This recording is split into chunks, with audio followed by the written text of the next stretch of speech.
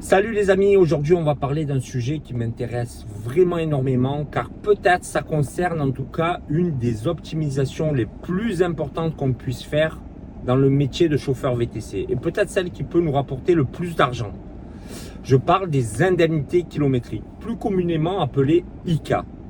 Avant ça les amis, rapidement je souhaite remercier ceux qui soutiennent la chaîne. Donc n'hésitez pas, abonnez-vous, c'est important les likes, likez les amis, ça coûte rien, c'est gratuit. Commentez la vidéo, il y a dans les descriptions les codes parrainage pour ceux qui souhaitent soutenir la chaîne. Avec certaines plateformes c'est 50-50, vous avez un bonus et moi aussi. Pour Uber en ce moment c'est que pour moi le parrain, peut-être que ça changera, mais il y en a quand même qui utilisent le code par pure générosité et franchement ça coûte rien, mais ils le font quand même par pure générosité et je souhaite vous remercier du fond du cœur. N'hésitez pas à venir en DM que je puisse vous remercier personnellement. Alors on en revient aux ICA. C'est quoi les indemnités kilométriques? C'est un procédé, une manière que en fait l'administration fiscale nous a donné pour compenser l'utilisation de notre voiture personnelle dans le cadre de notre métier de chauffeur VTC. C'est-à-dire qu'en gros, je prends ma voiture qui a mon nom à moi, je l'ai payée avec mon argent personnel et je vais l'utiliser pour mon travail, pour mon métier de chauffeur VTC. En échange, je vais pouvoir récupérer de l'argent pour compenser les frais occasionnés et la décote du véhicule que je vais avoir et les frais de carburant, c'est un tout en fait. Donc attention, première chose, il faut que la voiture elle soit donc à votre nom à vous, pas sur la société. Si la voiture elle est au nom de la société, on va avoir d'autres avantages qui vont être par exemple, si la voiture elle est au nom de votre société, vous allez pouvoir, si vous l'achetez neuve, récupérer la TVA si vous l'achetez chez le concessionnaire. Donc c'est pas rien hein, mais vous allez voir, il y a des avantages, des inconvénients dans les deux côtés. Vous allez pouvoir, si elle est au nom de votre société, payer l'essence, les entretiens, l'assurance avec le compte de votre société, ce qui va vous permettre du coup de faire baisser le bénéfice et donc de baisser les cotisations sociales. Donc ça va surtout marcher donc pour les véhicules. Moi je le conseille plus pour les véhicules qui coûtent cher à l'entretien. Pour les véhicules qui coûtent moins cher à l'entretien, peut-être que les ICA sont plus intéressants. Donc comment ça marche les ICA? Les ICA, en plus, il faut donc avoir la voiture à son nom, mais en plus, vous allez être compensé par rapport à la puissance de votre véhicule. Donc, par rapport au nombre de chevaux fiscaux. Plus votre voiture va être puissante, plus on va vous donner une indemnité importante. Et du coup, moins elle est puissante et moins le barème va être important. Et il y a d'autres critères aussi à en prendre en compte qui sont assez nouveaux. Par exemple, il faut le savoir, c'est intéressant. Les véhicules électriques en ce moment, ils ont le droit à plus de 20%. Donc 20% de plus par rapport à l'indemnité. Donc ça donne quoi concrètement? Moi j'aime bien parler de concret. Je vais vous donner un exemple concret. Par exemple celui de ma voiture. Combien ça me rapporterait de faire des ICA? Donc regardez comment ça marche. On a un barème, c'est l'État qui le donne. On va être approximatif dans les chiffres, même s'ils sont ils sont vrais, mais ils sont peut-être un peu approximatifs, mais c'est pas grave. Ce qui est important dans cette vidéo, c'est que vous compreniez les grandes lignes. Vous compreniez c'est quoi les indemnités kilométriques, c'est quoi les avantages, les inconvénients, il faut faire attention à quoi. Donc, c'est à peu près 50 centimes, 20% en plus parce que c'est un véhicule électrique, on dépasse les 60 centimes. Si un chauffeur, on va dire, il fait 5000 km par mois, il a droit donc en théorie, 5000 fois 60 centimes, ça fait 3000 € d'indemnité par mois. Et attention, c'est là où c'est très fort, c'est que cette indemnité, vous pouvez vous faire un virement donc à la fin du mois de votre compte professionnel à votre compte courant de 3000 €, mais il va être, ça va pas être soumis aux cotisations sociales, c'est pas un salaire, vous comprenez, c'est une indemnisation. Donc vous payez aucune charge sociale dessus et en plus il est déductible, donc double avantage. Mais déjà là il y a des gens, ils doivent se dire mais alors pourquoi on fait pas tout ça? Parce que il y a pas mal de choses à savoir. Il y a aussi vous allez voir, il y a des inconvénients et il y a des choses qu'il faut vraiment comprendre. Déjà, comme je l'ai dit tout à l'heure, si le véhicule il coûte cher en entretien, il faut faire une simulation parce que vous avez vu que rien que le montant de la TVA, ça peut être super important, hein. Donc en plus, vous pouvez amortir la somme du véhicule, vous pouvez déduire les charges, l'essence, tout ça. C'est pas rien tout ça aussi, hein. Donc faites vos calculs, peut-être à l'aide de l'expert comptable, et vous voyez c'est quoi qui est le plus important. Mais vous allez voir, il y a des choses qui sont quand même un petit peu plus compliquées dans les indemnités kilométriques. Ce qu'il faut savoir, donc j'aurais peut-être pu même, ou peut-être dû commencer la vidéo par ça, mais je voulais pas vous perdre. Mais regardez, déjà, rien que le fait, normalement, on devrait se poser la question, est-ce qu'on peut les utiliser, les indemnités kilométriques, lorsqu'on est chauffeur VTC? Pourquoi? Parce qu'il y a un flou juridique et c'est pas clair. On n'a pas de texte qui nous dit, vous êtes chauffeur VTC, vous pouvez prétendre aux indemnités kilométriques. Par contre, on a un texte qui dit que lorsque l'utilisation du véhicule est dans un cadre, on va dire, secondaire, c'est possible, on a droit. Ça veut dire quoi ça? Ça veut dire, je vais vous donner un exemple encore concret. Si je suis restaurateur, je pars faire mes courses, acheter de la marchandise, j'utilise ma voiture personnelle, je peux, c'est exactement ce cadre-là, c'est fait pour ça. Voilà. Mais du coup, vous devez vous poser la question, du coup, est-ce que j'ai le droit en tant que VTC? Parce qu'on a dit d'une utilisation secondaire, alors que là, le véhicule, c'est l'utilisation en tant qu'utilisation principale. Ben, du coup, c'est un flou qui n'est pas clair, mais les experts, que ce soit un expert fiscal, juridique ou un expert comptable, ils ont posé la question à l'administration fiscale. La réponse est quasi unanime. C'est autorisé ou toléré. Ah, vous comprenez, rien que là, ce que je viens de dire, vous comprenez qu'il y a un flou et c'est pour ça que ça peut faire peur à certains experts comptables. Mais il y a encore d'autres points, mais je vais vous dire, moi, il y a des solutions même pour ça. En tout cas, j'ai une idée précise sur ce qui doit être fait. Donc, en plus de ça, pour moi, il y a deux difficultés principales au fait de passer par des indemnités kilométriques. C'est quoi? La première, pour moi, la première difficulté, c'est de pouvoir justifier tous les kilomètres qu'on va faire dans le cadre de notre activité professionnelle. Bien sûr, on laisse de côté les activités personnelles. Ne vous amusez pas à ça. Déjà qu'on va avoir du mal à justifier tous les kilomètres faits dans le cadre de notre travail. Alors si en plus on doit rajouter des choses qui ne sont pas vraies, moi je vous déconseille, laissez tomber. Donc, comment on va faire pour les justifier? Et c'est là que ça se complique un petit peu. Mais vous allez voir, pour chaque chose, moi je pense que peut-être qu'il y a une solution. En tout cas, je vais vous donner mon idée et ce que moi j'en pense.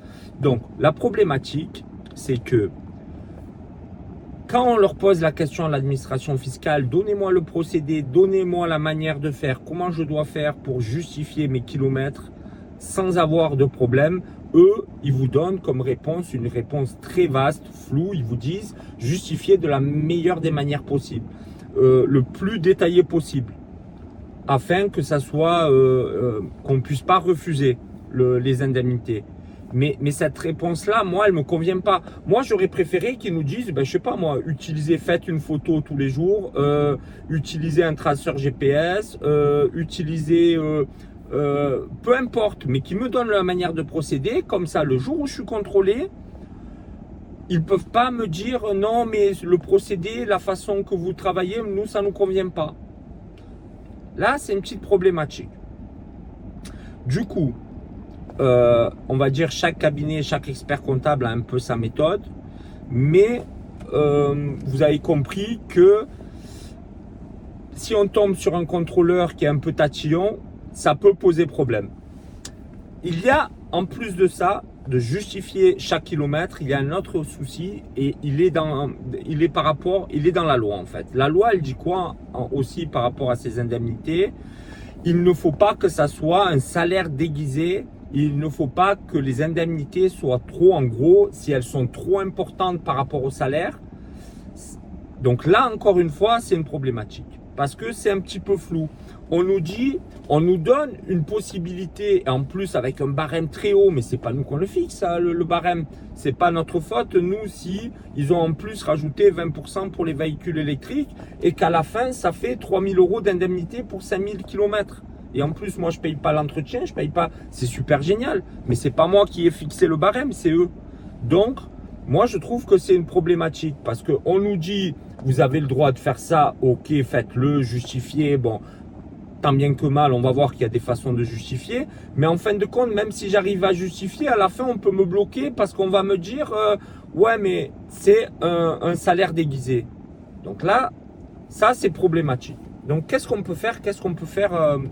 Moi, j'ai quelques recommandations, un avis personnel. Déjà, moi, je vais vous dire une chose. Rappelez-vous bien de ça. Ne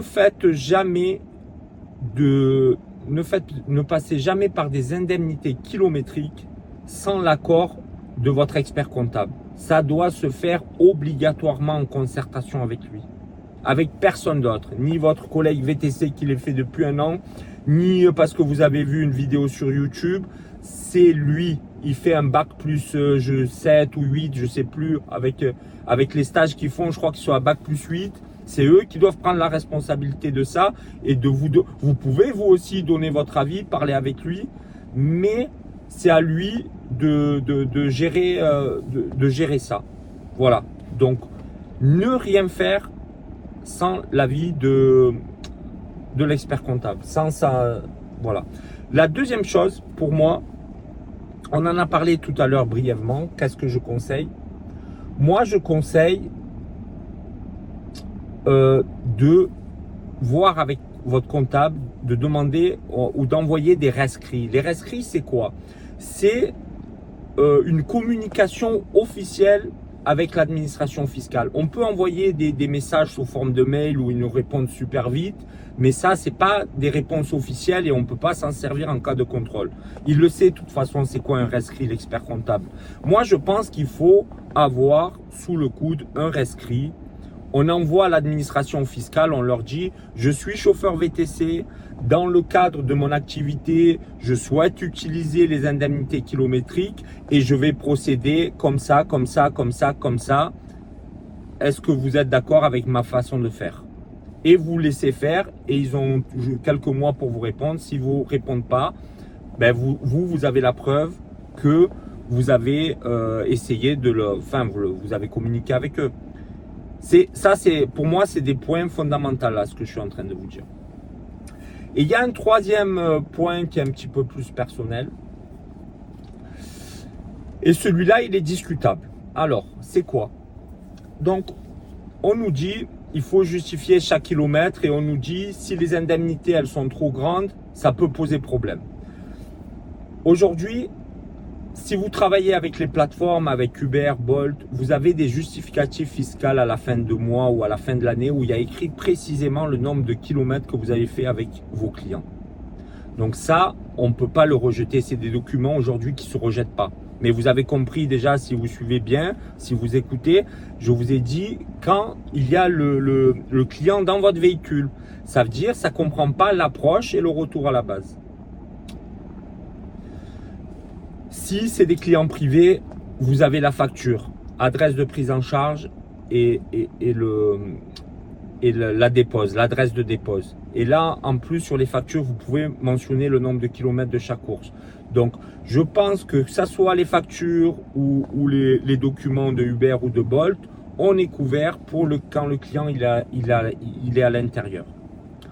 Pour la dépose, moi, ça me semble logique que pour la dépose, c'est logique que si on a déposé le client à 60 km et on finit la journée, on rentre à la base. Je ne vois pas comment on peut nous refuser cette justification. Ce qu'on peut ajouter, c'est quoi? C'est un traceur GPS. Alors, il y a des méthodes qui sont anciennes. On parle sur ça quelques secondes. Là, c'est intéressant. Donc, avant, c'était je prends la photo de mon compteur au début de mois, je la prends en fin de mois.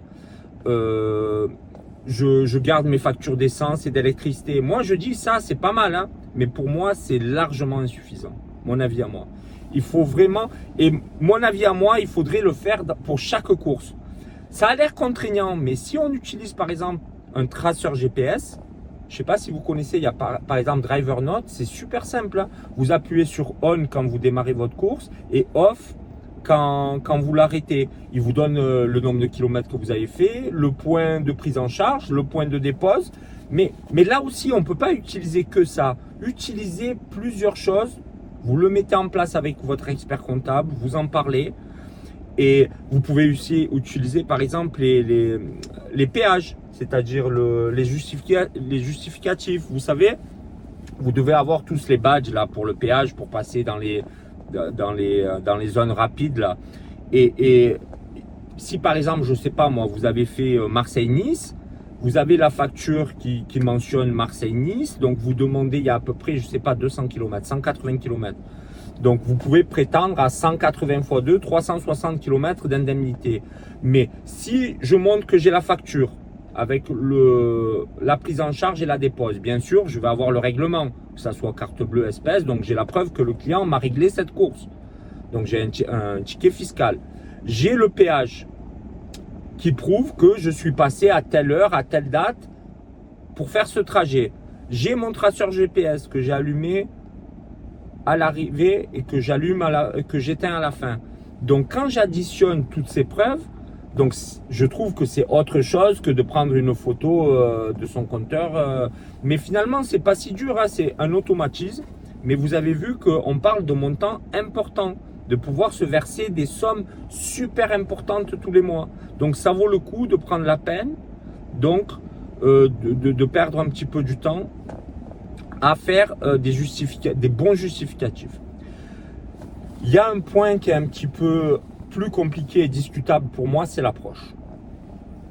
Donc l'approche, surtout si on a une approche, si par exemple on change de zone. Vous savez, des fois les VTC, normalement on doit attendre à la base, mais si par exemple on est dans une autre zone, on change de zone, ou si par exemple on part manger à un endroit, vous voyez, des fois on peut faire beaucoup de kilomètres, ou même si vous allez voir votre comptable, normalement vous avez toutes les courses qui sont d'ordre professionnel, vous avez le droit de les comptabiliser, même d'aller voir le comptable.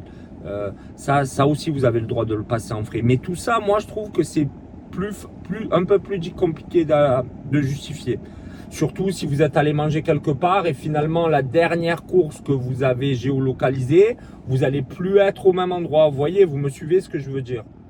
Donc là, en tout cas, l'approche c'est un peu plus compliqué. Moi, je pense que peut-être, c'est discutable, on peut rajouter l'approche dans le calcul, mais peut-être ça serait une forme de main tendue à l'administration fiscale. C'est que vous leur dites, vous avez vu, je renonce à rajouter les approches dans mon calcul. L'approche, aujourd'hui, on a un petit peu des infos là-dessus quand on regarde l'application, pour ceux qui travaillent en plateforme avec Uber, ça représenterait environ peut-être un quart de nos distances. Après, ça dépend pour ceux qui travaillent avec beaucoup d'approches, pas beaucoup d'approches, ça va être propre à chacun, mais peut-être qu'on peut comme ça dire que ça pourrait représenter 25% de notre kilométrage. Donc peut-être qu'on s'assoit sur 25%, mais on montre vraiment que voilà, on ne veut pas en rajouter. Et au final, si au lieu de 3000, on récupère que, je ne sais pas, 2002 ou 2003, c'est énorme déjà aussi. C'est énormément d'argent. Donc, ça, moi je vous le dis, ça c'est plus un avis personnel. À voir avec votre comptable si vous voulez rajouter les approches ou pas. Mais, et je trouve... J'aimerais aussi soulever un point important parce que c'est une question, moi, qui m'intéresse énormément. Donc, j'y ai pris du temps, j'y ai consacré de l'énergie. Mon expert comptable, il a posé beaucoup de questions. J'ai écouté, j'ai lu beaucoup de forums, j'ai regardé des vidéos. Et peut-être qu'on pourrait rajouter, ça, moi, c'est une unité personnelle. Hein. Je pense, par exemple, que l'utilisation d'une dashcam, aujourd'hui, la dashcam, les plus sophistiquées, vous avez donc la caméra avant, la caméra intérieure, vous avez la date. Il faudrait sauvegarder les données. Je ne m'y connais pas tant que ça en dashcam, mais c'est quelque chose qui me a en tout cas exploré, à étudier. Je ne sais pas ce que vous en pensez, vous pouvez le mettre dans les commentaires, vous avez compris la problématique. Je pense que même sur les dernières, les plus récentes, on peut avoir la géolocalisation aussi. Même, je crois que certaines ont à quel kilométrage on roule, kilomètre heure, à quel kilomètre heure on roule. Donc, imaginez si vous gardez en stock pour prouver tous les kilomètres que vous avez parcourus en tant que chauffeur VTC. Vous gardez quelque part dans un stockage, c'est sûr que ça va faire des données. Mais aujourd'hui, les stockages, ça coûte pas des fortunes. Je vous rappelle que là, on parle de montants importants d'indemnisation. On peut garder stocké toutes ces vidéos. Je vois pas comment le contrôleur il peut refuser ça. Pour moi, c'est inimaginable. Si vous avez les images de la dashcam qui montrent non seulement vous êtes dans le véhicule à tel jour, telle heure, ça montre la route, on peut aller loin, on peut chercher les panneaux quand vous roulez. Je veux dire, sauvegarder ces vidéos-là, c'est une preuve irréfutable pour moi. Si vous rajoutez à ça les factures, le paiement des clients, les péages, vous rajoutez le traceur GPS, c'est une méthode, en tout cas à approfondir encore une fois, comme je vous ai dit, le plus important avec votre expert comptable. En envoyant un rescrit, n'oubliez pas, deuxième chose super importante, je vous le rappelle, c'est des rappels importants à l'administration fiscale. Et du coup, tous les problèmes que j'ai parlé dans la vidéo, je ne vais pas dire qu'ils n'existent plus, mais peut-être qu'on commence à arriver vers quelque chose de justifiable, en tout cas, des indemnités kilométriques qui seraient justifiables et moins problématiques. Il resterait la problématique de si la somme reste vraiment très importante, et peut-être que ça, ils vont pas aimer. À voir à réfléchir. Voilà. Mais je pense que c'était une vidéo intéressante. Vous vous êtes rendu compte qu'on parle pas de 100, 200, 300 euros. Hein. Je veux dire, aujourd'hui, si vous êtes en SASU, se verser 2000 euros. Mais justement, c'est pour ça qu'ils parlent de salaire déguisé. Regardez combien ça coûte un salaire. Et regardez les indemnités. Surtout moi, par exemple, dans mon exemple à moi. Moi, je suis en SASU hier, donc j'évite, je vous le dis, parce que peut-être qu'on va avoir la demande sur la vidéo. Moi, c'est pour ça. Mais aujourd'hui, si j'étais en SASU à l'IS, par exemple, personnellement, ça c'est un choix personnel encore que vous devez prendre avec votre expert comptable, mais je pense que je l'aurais fait. Ça vaut le coup de perdre du temps à justifier les kilomètres si ça rapporte. Parce que comme je disais, en SASU, c'est 70-80% les charges sociales. Sur 2000 balles, vous avez 2 fois 7, 14, 1500, 1400, 1500 euros de cotisation sociale à donner. C'est pas rien, hein, c'est énorme. Mais le choix n'est pas simple. Surtout que de notre côté, on a le système de passer sa voiture au nom de sa société qui est tellement plus simple, qu'il là, les frais sont beaucoup plus facilement justifiables. Il y a la TVA, il y a l'amortissement du véhicule. Donc, à vous de faire les simulations, mais en tout cas, j'espère vous avoir aidé dans la compréhension de ce qu'étaient les indemnités kilométriques et surtout de la problématique qu'il y avait. C'est pour ça que souvent, vous avez compris maintenant pourquoi des fois les gens ils sont réticents à parler de ça. Il y a des flous, Mais voilà, les amis, j'espère que cette vidéo vous sera utile. Merci à tout le monde. Cœur sur vous, les amis. Force. Et puis, force à tous qui travaillent. C'est le moment de travailler, c'est la saison. Je sais que c'est dur des fois, mais c'est le moment de mettre de l'argent de côté. Quand on parle souvent, on a des problèmes en fait par rapport au budget, par rapport au financement. Le financement, à un moment donné, comment on met de l'argent de côté, ben, ça passe par les économies et par le travail. Il y a pas, on ramasse pas l'argent par terre. Hein, il faut multiplier les courses, bien sûr, tout en gardant une certaine sécurité. Mais ça passe par la case travail. On n'a pas le choix. Allez, force à vous, force à tout le monde. Merci, à bientôt les amis. À bientôt.